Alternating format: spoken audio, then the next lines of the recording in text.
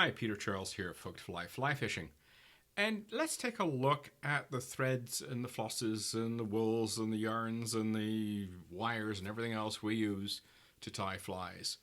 The system can be a bit confusing on how these things are sized, and it can be a bit confusing as to what we use them for. So I'm going to dive into that and get an idea of how these rating systems work. So there's essentially three systems in play. I know, why couldn't I have just one? Don't ask me, okay? I would have just one, but we got three. One is where I'll say it the correct way, be 3-0, but we tend to say 3-0. It's like a 3/0, or 6/0, or 8/0. And the smaller the number, the bigger the thread. So 3/0 is thick, 6/0 is thinner, and 8/0, 10/0, 14/0, that gets even thinner. I mean, 14/0 is practically baby hair. It's nothing. Now, if you're going to tie a fly, the size becomes important. If it's a big fly, you could use thick thread, especially if it's for things like pike and bass. You want a robust fly. If you were tying a small dry fly for trout, that's when that 10/0 and that 14/0 come into play, because you don't want to build up bulk on that fly. And if you're doing lots of wraps with thread, a thick thread builds up fast. So we're using thick threads for big flies that require strength. We're using smaller smaller thread for smaller flies because we build up bulk too quickly otherwise. A good general purpose thread, if you're tying a little bit of this and a little bit of that, is a 6/0 thread. It's thin, but it has some strength, and it's not too thin. I wouldn't use it on a really small fly, but average size trout flies and up, 6/0 is fine. Now, there's other threads out there that have different rating system. So there's your 6/0 right there. There's 10/0. But when you look at these, they're using something else. I have my 4 threads lined up here. They rate by Dernier, and that goes in the opposite direction. Small numbers, small thread. Big numbers, big thread. So you got, that one's a 70. That one's a 210, for example. So it's going up by 70. So 70, 140, 210, and so on. And it goes up by that. So the bigger the number, the bigger the thread. Same rule as the other system. Skinny threads for little flies, thick threads for big flies. So you've got those two rating systems that you see, 6/0, 10/0, that one's 210, that one's 70. And already it's just the manufacturer. Did the manufacturer choose this method or did they choose that method? Fundamentally, they're no different. It's just important to know that in the 3/0 system, that's a big thread. And if you're talking 70 Dernier, that's a skinny thread. So as long as you get the direction of the numbers, you're fine. Now this is very tiny thread when you're looking at this. I mean, this is 6/0 and it's really skinny, as you can see. So tying threads are thin and they're relatively strong for their thinness. That's what we're after. And they come in a broad variety of colors to match whatever you happen to be tying. So, this 10/0 is, as I say, it's like baby hair. I mean, there's nothing to it. Now, when we get into things like wools, yarns, that sort of stuff, these are body materials. So tying threads we use to tie materials on. But when you're talking, let's say, yarn, that's something where you use that to create a body. So it's tied on to the hook, even though you wind it on like thread. It comes on a spool. So this is an Antron yarn, for example.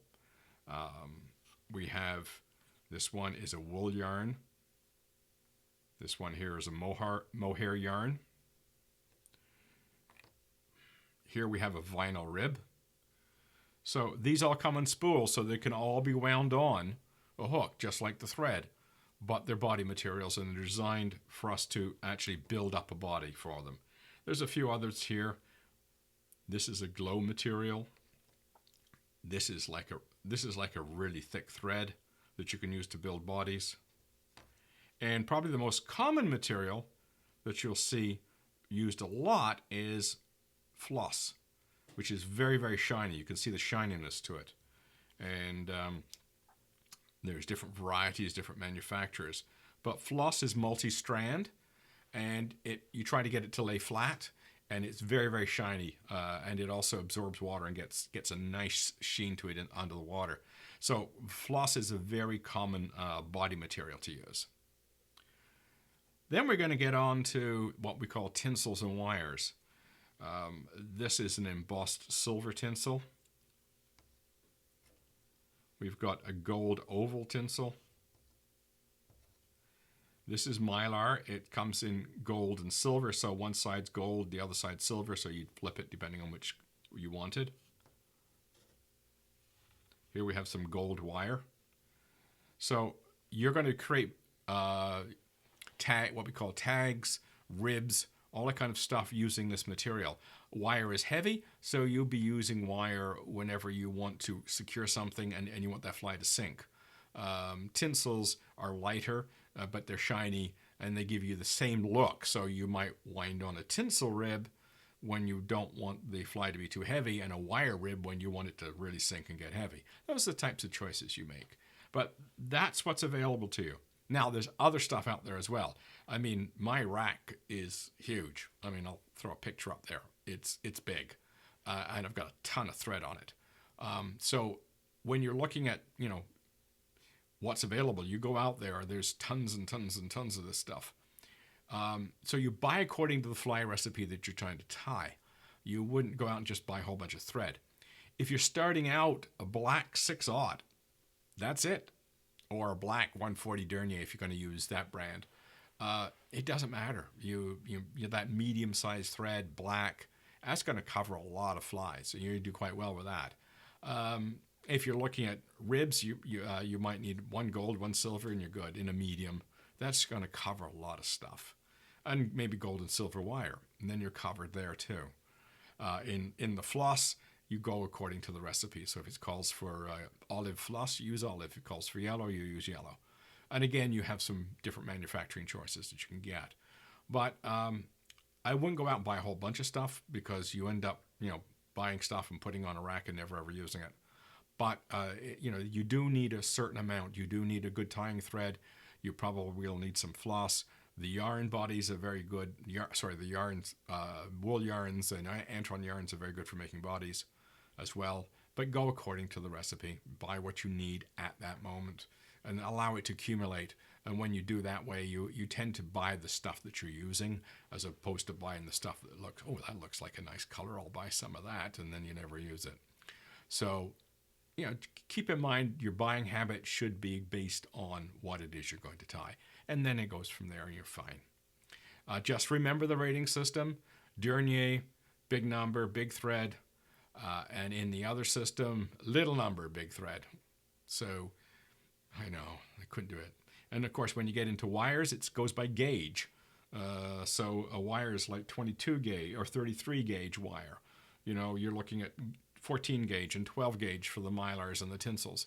Gauges, again, small number is big, big number is small. Why couldn't they do it the other way? I know. But that's the way it is. So you've got the three systems. You've got let's call it the aught system. You've got the Dernier system and you've got the gauge system. And gauge is usually for tinsels and wires. And just keep those in mind. You can also sometimes, like for example, this one it rates it by medium. So here's a medium and a medium. Sometimes you'll see small, large. That's handy, Okay, I need a large tinsel, I need a small tinsel. Sometimes it'll easier just go by large and small if the manufacturer offers that. Anyway, there you go. There's tying threads and tinsels and yarns and all that kind of good stuff. So just remember, buy what you need, not what looks cool. Cheers.